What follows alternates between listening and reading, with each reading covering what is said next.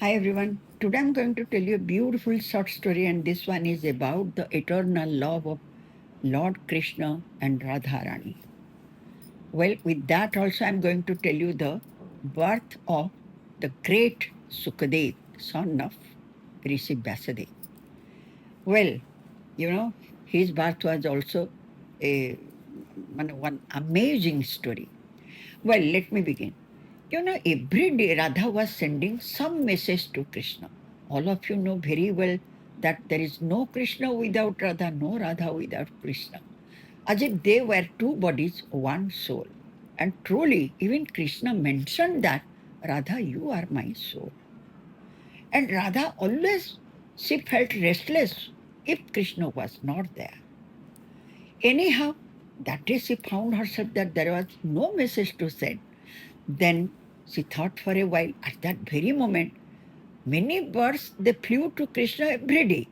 Suddenly she saw that the little parrot who was living uh, nearby her, that parrot was fluttering her wings, just trying to fly.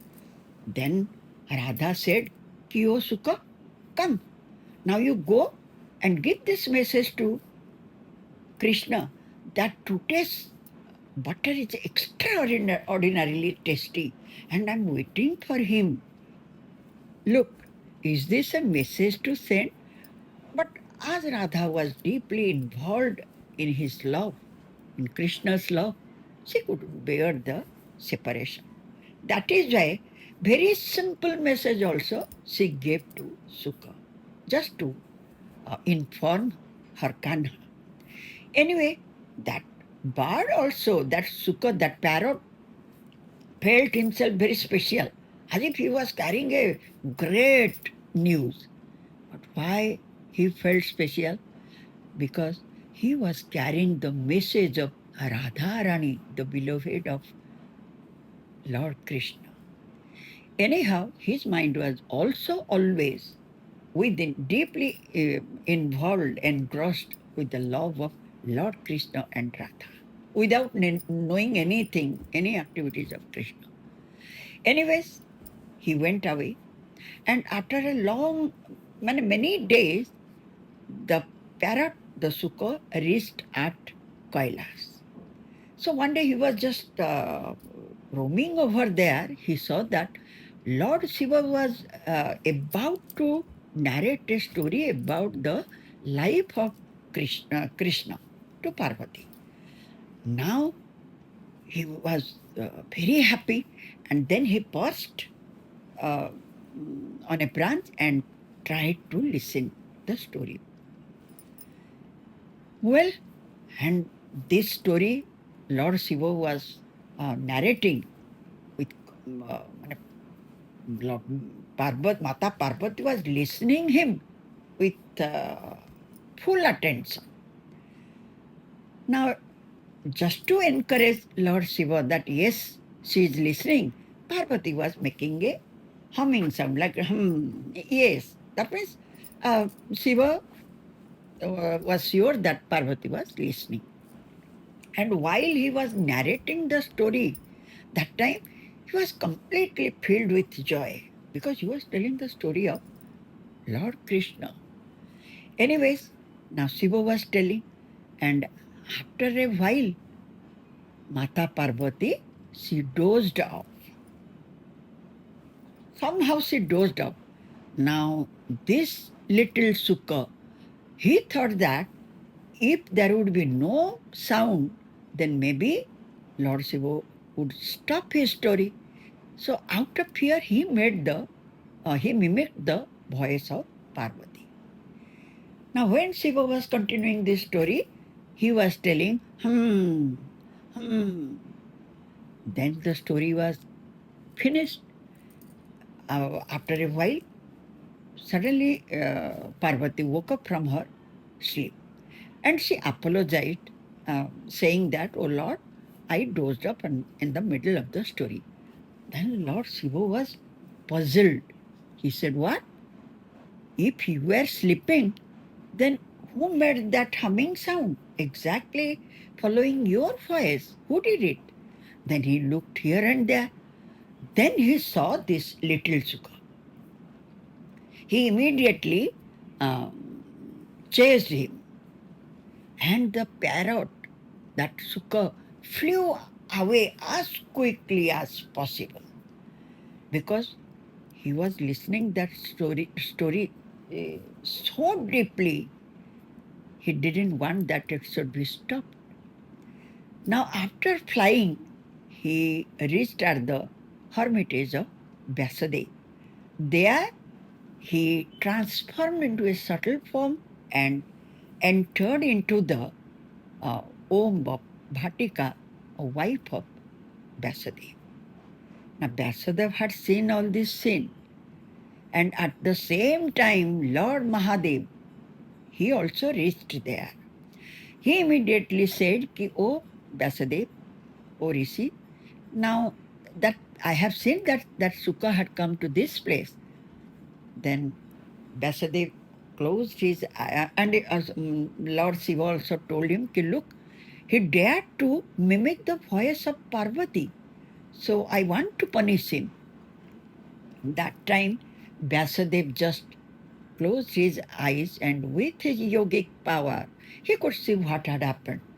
So he said, he just paid his obeisance, means his respect to Lord Shiva, and said, Ki, oh Lord, just think about it. As he had paid full attention, and it is quite what natural that uh, you are the person who was narrating that auspicious story. So obviously he would pay attention. And as he was deeply involved in the love of Lord Krishna and his life story, why you want to punish him? All his karmic, whatever he did in his life is already washed out. He is free from any type of sin. So don't punish him anymore. And it is quite what natural. Anybody can listen that story, and especially when it is narrated by you. So now Lord Mahadev understood and agreed. And he also blessed Sukadev. He went away. Now, you know, then Vasudev asked Sukadev to come out from his mother's home. But Sukadev took a deep samadhi and inside the Om and said, Ki, oh father, I don't want to en- enter into the sansarik maya. Means I don't want to go outside. I am at peace. So I don't want to go. Then Vasudev requested him, Ki, I promise you that no Maya would touch you. You would remain untouched by any type of sin and Maya. Come on.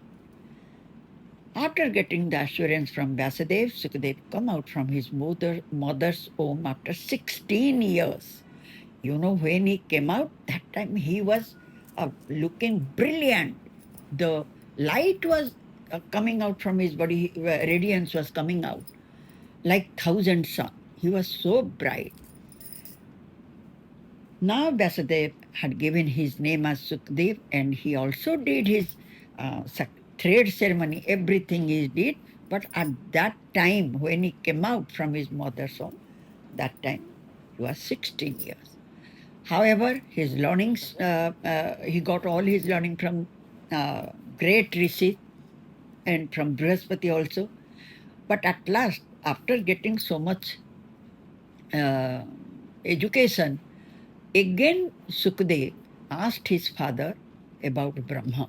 Then Vasudev asked him to go to King Janaka to get the proper knowledge about Brahma itself. Sukadev went to Janaka's kingdom, but there at the palace gate, he had to wait for 7 days. But he didn't lose his patience. Then another 7 days, he was managed with luxury. That also, he was not puzzled, neither he took any luxury.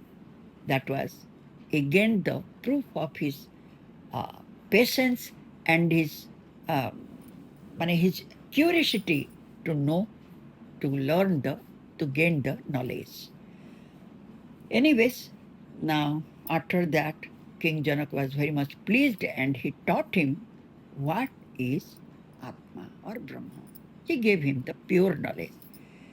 Now, after a long time, when King Pariksit, the son of Abhimanyu and grandson of Arjun, when he was cursed by a Brahmin that he would be killed by Takshak by, he sought out uh, Sukadev to narrate the Bhagavata Katha. Sukadev came to Pariksit and he narrated the whole total Bhagavata, means the stories of Krishna. That was later known as Bhagavata. Anyways, Sukadev told him, but while he was telling, when he came to Radharani, there he immediately so much plunged with Radha's love that he couldn't, he just thought about the Radha's love uh, to Krishna and he couldn't utter Radha's name. After a long time, when he woke up from his samadhi, then he continued the story.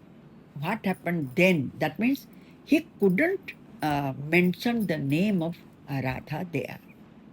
That is why in Bhagavata, Radha is not mentioned, though it was mentioned in other Puranas.